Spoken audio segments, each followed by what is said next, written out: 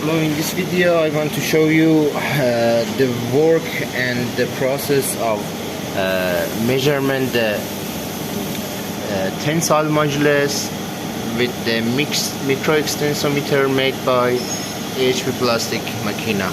This model has a gauge length of 50 millimeters, equipped with a light sensor and also a positioning pin for the zero position, and also a gauge block for calibrating the sensor. Let's look through it. We have a spring here for holding the back side of the extensometer during the test. We have here test blades for touching the sample. Also have a spring for holding the touch blades and extensometer in the middle side of the sample for positioning them. Let's check how it works in the software of universal tensile testing made by HP. In the software, here you see in the tab of calibration, we have a box for calibrating the analog extensometer, zero scale. I'll show you in the next part of the video how to calibrate your sensor.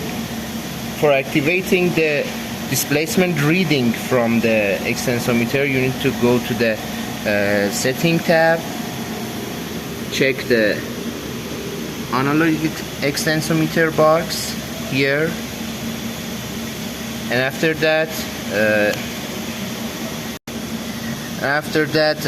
check the displacement reading mode here in the extensometer box, and then the analog extensometer, and after that the distance you see here in the right side of the software comes from the sensor of the extensometer.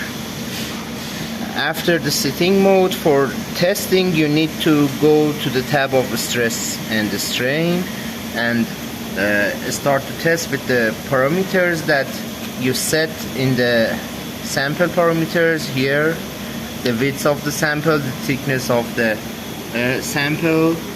For acquiring the exact amount of stress and strain, you need to enter these geometrical parameters. Okay,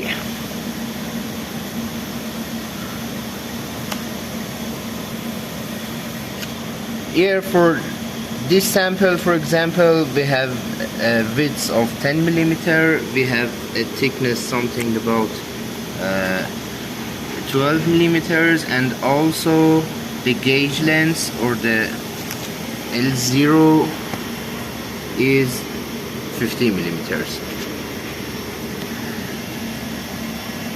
After that, go to the stress strain menu and we're ready for starting the test. We set up the sample and the wedge grips, and also the extensometers is installed on the sample. Let's go check the parameters for starting the test. Okay, we set the parameters of the testing. We entered the speed of the test, for example 2 millimeter per minute here for the test. You also must check the speed in your standard. Okay, we're in the stress strain tab. We're ready to test. The distance is 0. Be sure after you start the test from here, you release the pin, release the positioning pin. And after you release the pin, you can press start and wait for the graph appear.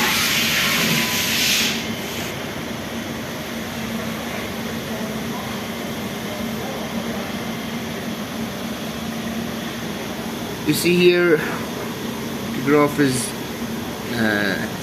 starting to grow.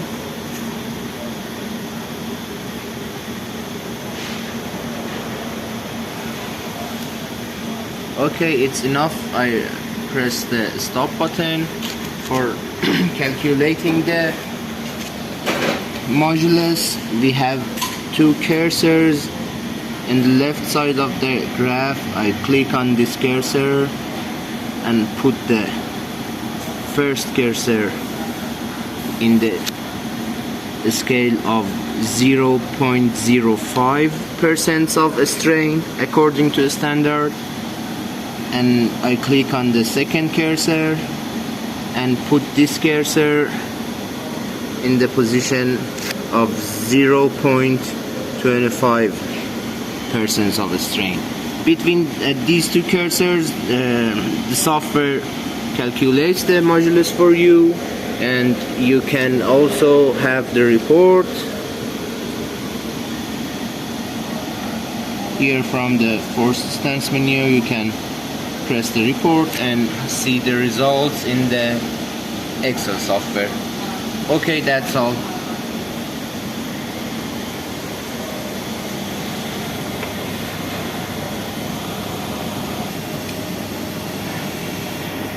In this part of video, let's show you how to calibrate your extensometers. First of all, let me release the blades from the specimen. I release the springs. Also, I'm releasing this grip. Okay, for calibrating you need to know the position of at least 2 points. The point number 1 is the 0 position, when the positioning pin is pressed into the between the blades of the extensometer. This position is our 0 position. Let's go to the screen of the software. When you place the pin in its position here in the calibration tab,